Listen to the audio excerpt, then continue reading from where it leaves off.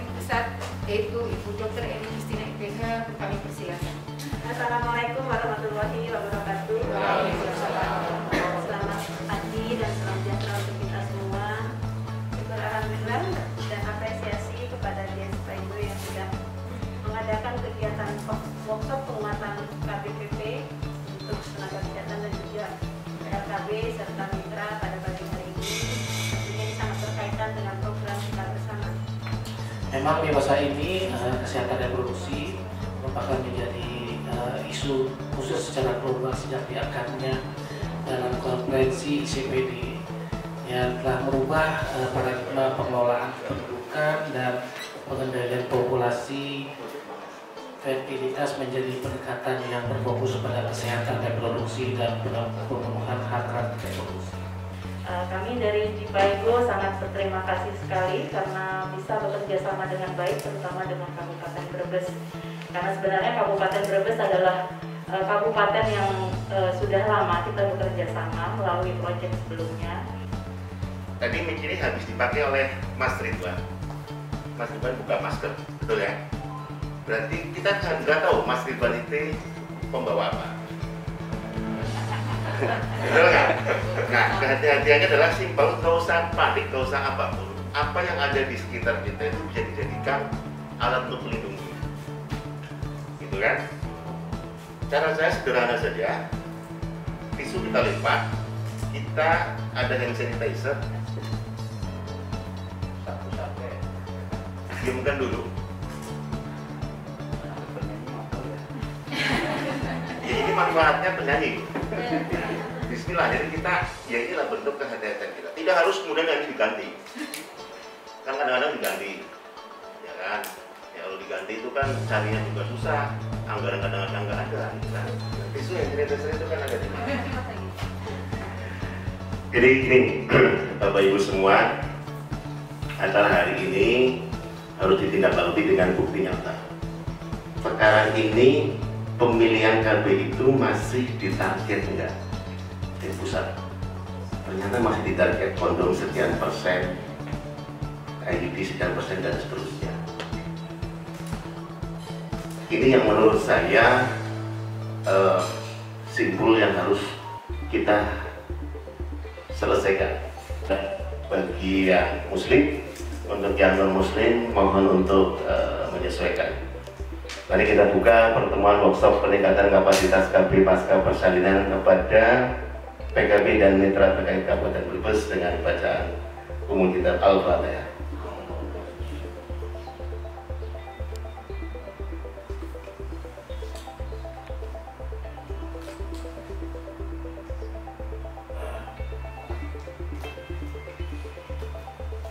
Amin, terima kasih. Assalamualaikum warahmatullahi wabarakatuh.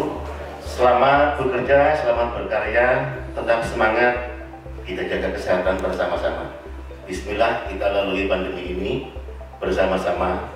Dua hal yang selalu saya katakan, jaga dan tingkatkan imunitas, dan yang kedua jangan sombong sama Tuhan. Kita akan ada revisi, ada 3 paparan untuk termin 1 atau yang pertama yaitu paparan penguatan KBPP sebagai upaya peningkatan AKI dan AKB serta pencegahan stunting. Nanti akan disampaikan oleh Deputi Bidang Keluarga Berencana dan Kesehatan Reproduksi BKKBN Dr. Eni Justina IPH. Kemudian paparan yang kedua adalah peran PLKB dan mitra terkait dalam mendukung keberhasilan KB pasca persalinan oleh Bapak Dr. Sri Gunadi Parwoko MM, Kepala DP3 Kabupaten Brebes. Dan paparan yang ketiga adalah mewujudkan keberhasilan program KB pasca persalinan dalam konteks sosial budaya oleh Bapak Wijanarko SPD MHU dari Dinas Kebudayaan dan Pariwisata Kabupaten Brebes yang akan dimoderatori oleh Ibu Kepala Bidang Kesehatan Masyarakat Dinas Kesehatan Kabupaten Brebes, yaitu Ibu Dr. Rudi Pangarsani Utami MS. 45. Jadi yang kita targetkan tahun 2024 di 2,1, sekarang masih 2,45. Jadi rata-rata keluarga itu punya 2,4 anak kalau di rata-rata, meskipun sekarang kalau kita lihat sahabat-sahabat saya aja banyak yang anak cuma 1 gitu ya, sudah merasa ingin punya anak yang berkualitas, 1 aja cukup deh, yang penting dia berkualitas. Kan tadi kami merekomendasikan implan 1 batang untuk ibu-ibu pasca melahirkan, tidak bertentangan dengan program pemerintah agar tetap memberikan ASI eksklusif yang memang tidak berpengaruh pada ASI seorang ibu. Teman PAKB mengedukasi agar dia menggunakan kontrasepsi terlebih dahulu. Mungkin sebagai informasi tambahan, karena sedang kami proses dan insya Allah ini proses cesarean, si ibunya itu sudah mau di MOW. Tapi karena JKN tidak membiayai, mereka tidak melakukannya. Karena normal, kemudian dirujuk ke rumah sakit untuk MOW, ini di rumah sakit. Kita tahu selama ini ketika pasien BPJS lahirnya di rumah sakit, jadi pasang IUD atau implan itu tidak dibayar oleh BPJS. Lebih dari target nasional yang menjadikan saya juga bingung. Bisa resus gitu loh. Itu malah lebih bahaya daripada kurang. Apa yang telah dilakukan oleh teman-teman di tingkat bawah ini sejatinya banyak yang terjadi karena faktornya ganti cara ini yang paling baik.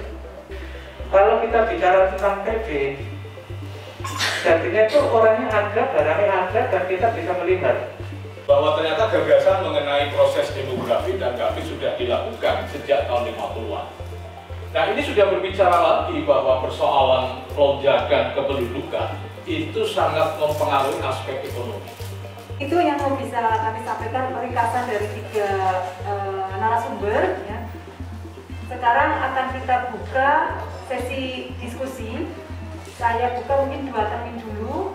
Nanti kalau waktunya masih nyanda kita lanjutkan. Untuk 1 terminnya 3 penanya. Saya Sri Harsini, Bidan Puskesmas Brebes. Pertanyaan ini saya tujukan kepada Ibu Dr. Eni. Yeah. Ibu, terima kasih. Tadi Ibu sudah menyampaikan tentang pembiayaan KB pasca salin yang sudah terkait langsung dengan proses persalinan, ya Bu. Namun bagi kami yang di garda depan, selain pembiayaan tadi Ibu sampaikan, yang tidak kalah pentingnya adalah aturan, Bu. Jadi kami sangat membutuhkan mungkin aturan ataupun penekanan sehingga persalinan BPJS kalau bisa diwajibkan langsung ikut ber-KB. Baik, dari Koalisi Pendidikan, Pak Gun izin menyampaikan.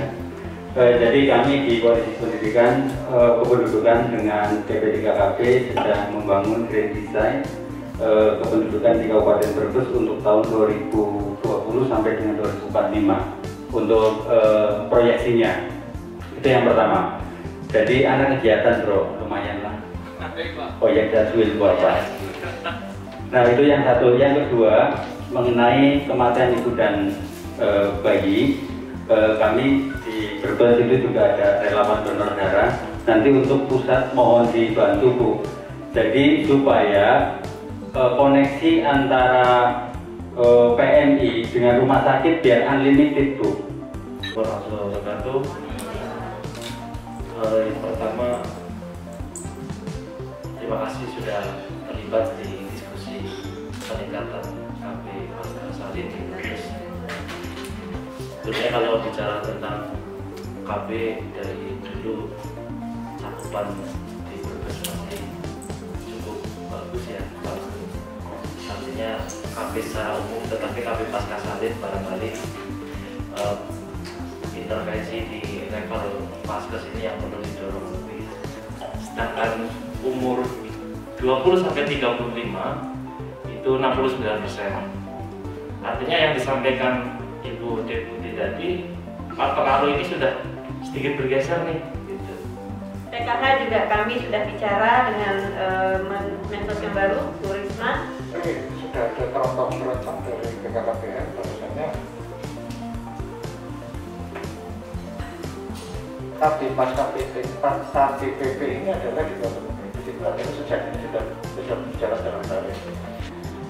Dan itu diperlukan tenaga yang, tapi yang terlupakan itu adakah kita melakukan pemetaan siapakah informal leader yang bisa kita komunikasi.